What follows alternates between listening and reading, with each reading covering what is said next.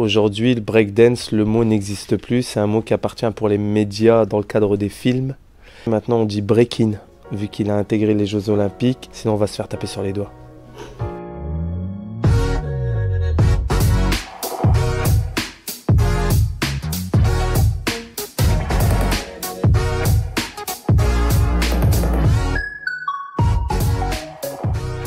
Comment vous appelez-vous?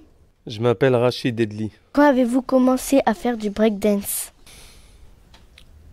Tu me rajeunis pas là. Ça fait 23 ans que je danse.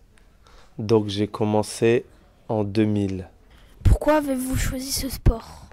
De base, j'étais joueur de basket. Donc je jouais au basket énormément, mais pas en club. Je jouais en championnat, tout ce qui était tournoi de rue. On appelait ça le streetball. Et donc c'était des ambiances, c'est comme si on faisait un match de foot au City en fait. C'était des bons tournois avec musique, DJ, il y avait de l'ambiance, chose qu'on ne voyait pas en club. Et au moment donné où, on va dire, la vibe du basket streetball de rue a commencé à faiblir énormément, bah, je recherchais quelque chose qui était un peu dans la même énergie. Et donc il y avait la danse, le côté break.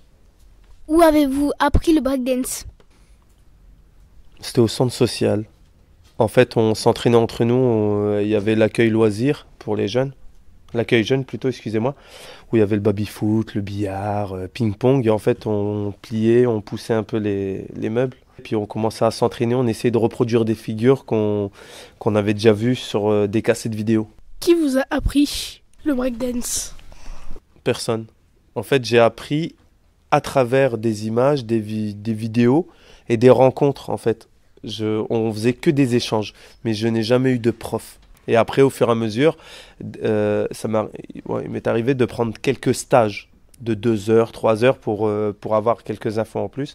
Mais sinon, on apprend entre nous en fait. Quel est le premier pas que vous ayez appris?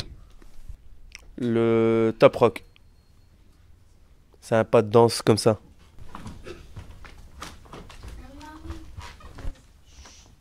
Voilà, celui-là c'est le tout premier. Qui est votre coach actuel? Je n'ai pas de coach actuellement, mais plutôt je suis coach. Vous entraînez qui? J'entraîne qui? J'entraîne en fait tous ceux qui veulent apprendre à faire de la danse, tout simplement. Donc là, aujourd'hui, on se voit ici, vous êtes dans une salle de danse. Une fois que tout à l'heure, vous allez repartir à 18h, il va y avoir on va dire les élèves qui viennent apprendre justement à danser, breakdance. Mais après, ça dépend. En fonction des déplacements, en fonction des demandes. Hier, j'étais dans un lycée à Saint-Omer qui ont l'option danse, donc c'est dans leur cursus. J'étais en Algérie semaine dernière pour ça aussi, donc ça dépend. Où vous vous entraînez? Je vais essayer de faire simple. On a beaucoup de salles, il y a beaucoup de créneaux justement d'entraînement qui sont tels le lundi, mardi, mercredi, mais situés dans des endroits et des villes différentes, donc ça varie en fait. Si par exemple je suis disponible, on va dire par exemple le jeudi, je peux m'entraîner ici ou à Arras. Le mercredi à Lille. Le lundi soir à Roubaix. Le dimanche à Waterloo. Avec qui pratiquez-vous le breakdance? Je pratique avec mon groupe de danse auquel on travaille ensemble au niveau de la compagnie. Et en même temps, je pratique dans les échanges. Parce que les entraînements, en fait, c'est des échanges avec d'autres danseurs, donc je pratique avec eux. Donc tous ceux qui sont susceptibles d'être dans la salle d'entraînement, je pratique avec eux. Est-ce que la pratique de ce sport est dure? Très très dur, ça demande énormément de concentration, de rigueur et surtout d'heures d'entraînement. Quand j'ai commencé, l'entraînement variait entre 3 et 6 heures par jour. Par la suite, je suis monté à 8 heures par jour. Quelle est votre figure préférée? J'en ai pas spécialement. Quand on aime bien danser, en fait, on se bloque pas sur une figure. Il y en a plein. Je peux me retrouver sur la pointe au niveau du coude en équilibre, comme je peux me retrouver sur la tête ou sur une main. Et en fait, c'est les sensations. Et en fait, chaque sensation est bonne à prendre, donc j'ai pas de figure précise. En quelle année vous avez commencé à faire des battles? En 2002, j'ai commencé à faire les battles. Je sais, tu n'étais pas né. Vous êtes déjà blessé? Oui. Tendinite des 2 épaules, déboîtement du coude, ligament croisé, entorse du genou, doigt cassé. Quel prix avez-vous déjà gagné en breakdance? En France, avec l'équipe, on a été, je crois, 5-6 fois d'affilée champion des Hauts-de-France pour se qualifier au championnat de France. Sur les championnats de France par équipe, on appelle le Battle of the Year pour les qualifications du championnat du monde, on a fini deuxième meilleur show et je crois on est arrivé troisième le plus. Ensuite, des battles à l'étranger où on a fini premier ou deuxième, ça dépend en fait. Il y a plein de compétitions. Les compétitions, j'en ai fait entre 2002 et 2016. Entre la Corée du Sud, en Europe, entre tout ça, j'en ai fait énormément. Allez-vous participer aux Jeux Olympiques en 2024? Non, je suis trop vieux. Non, je peux pas. Je participe. J'ai commencé à arrêter les battles, ça fait un moment. Pour participer, il faut d'abord faire les qualifications, que ce soit régional ou national. Et je peux pas participer parce que je suis juge fédéral pour les compétitions. Êtes-vous en tenue de breakdance? D'après toi? Non. Elle dit oui. Il n'y a pas de tenue pour le breakdance? Bah, une tenue entre guillemets pour le breakdance, si c'est un sport. Donc on doit être en tenue de sport.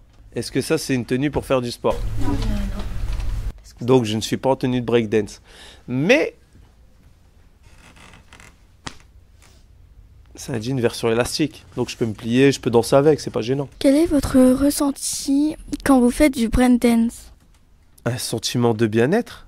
Pour le spectacle, c'est faire plaisir aux autres. Donc la sensation, c'est de donner satisfaction à un public sur le sentiment de voyager artistiquement. Sur la compétition, c'est marquer des points. C'est le dépassement de soi personnel.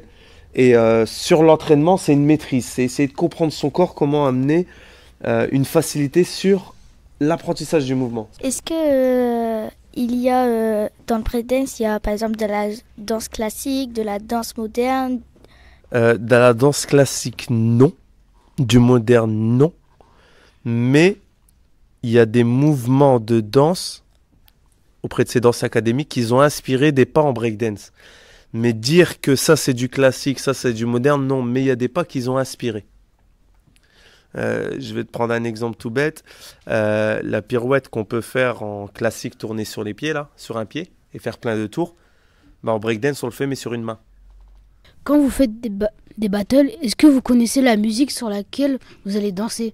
Non, le DJ est là pour mettre, je vais pas dire en difficulté, mais mettre tout le monde sur la même égalité, c'est-à-dire il met la musique qu'il souhaite et nous on doit s'adapter.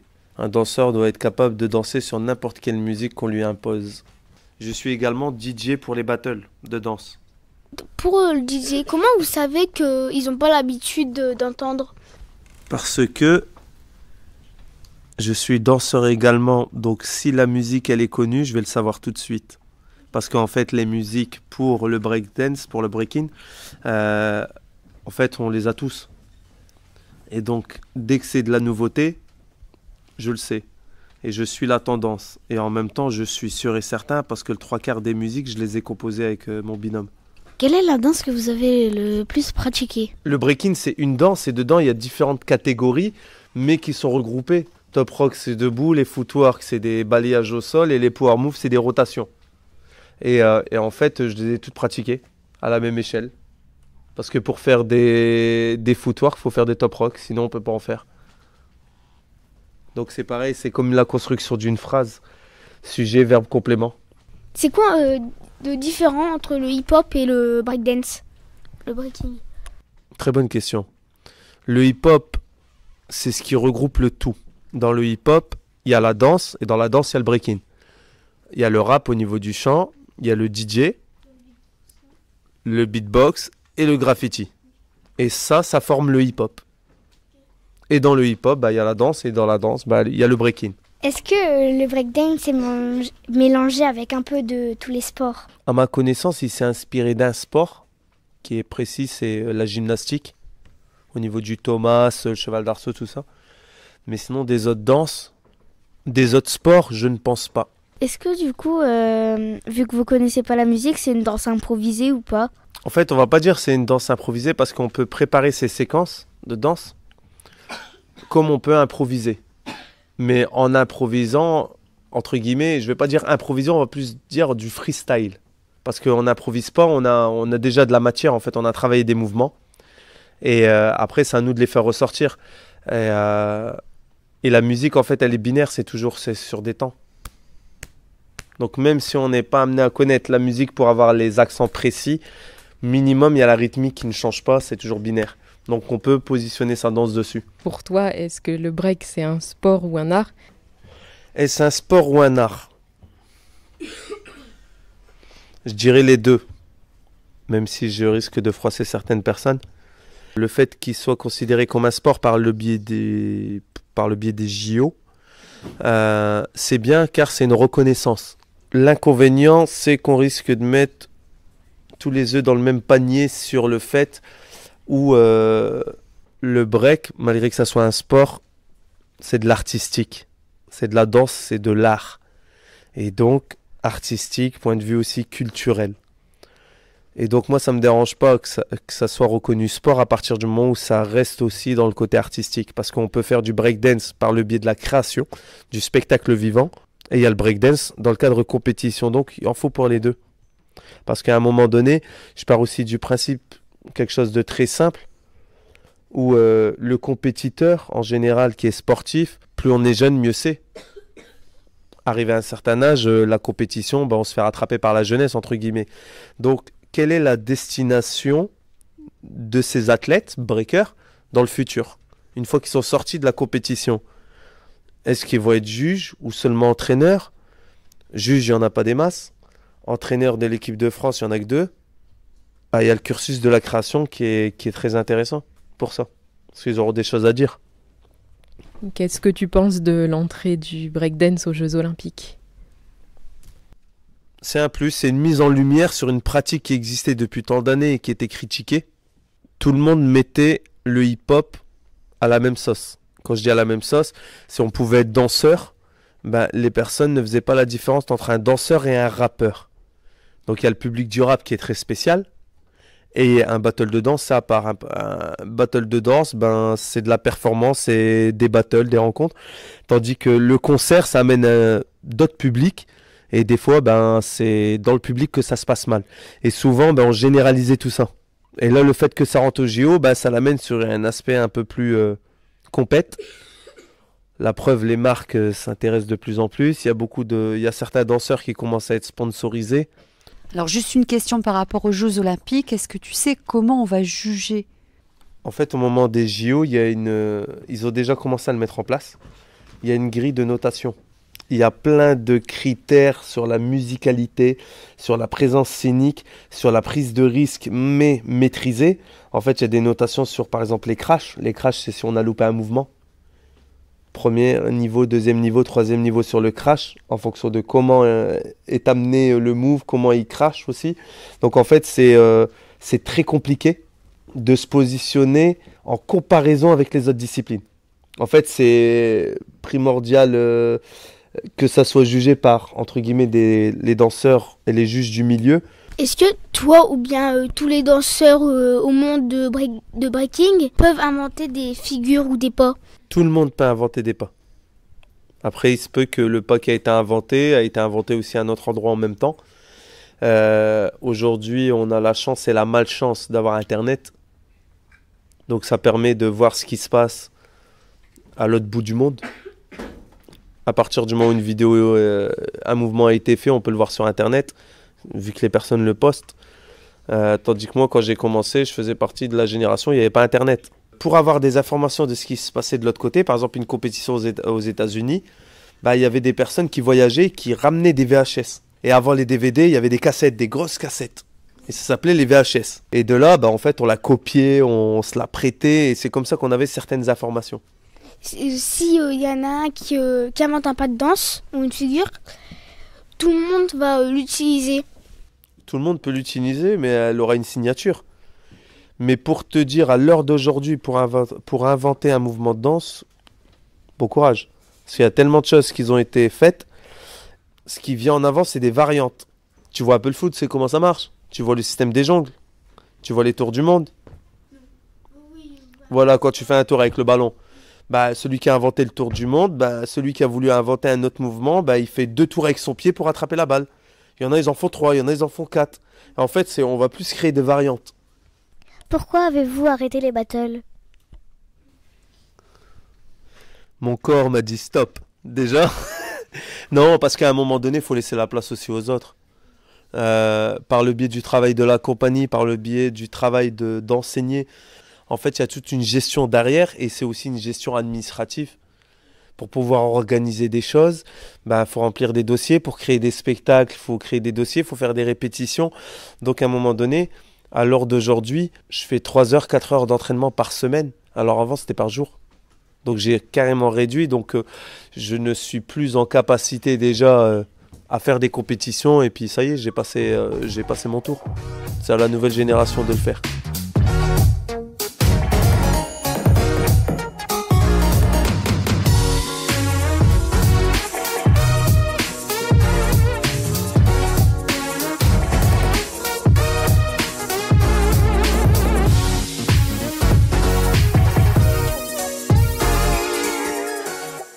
Pour les lieux là, Oui. le dimanche, je sais plus c'était quoi comme lieu. C'est à quel endroit où je pratique le dimanche? Non mais je savais pas où c'était parce que vous avez dit un lieu mais je savais pas où c'était.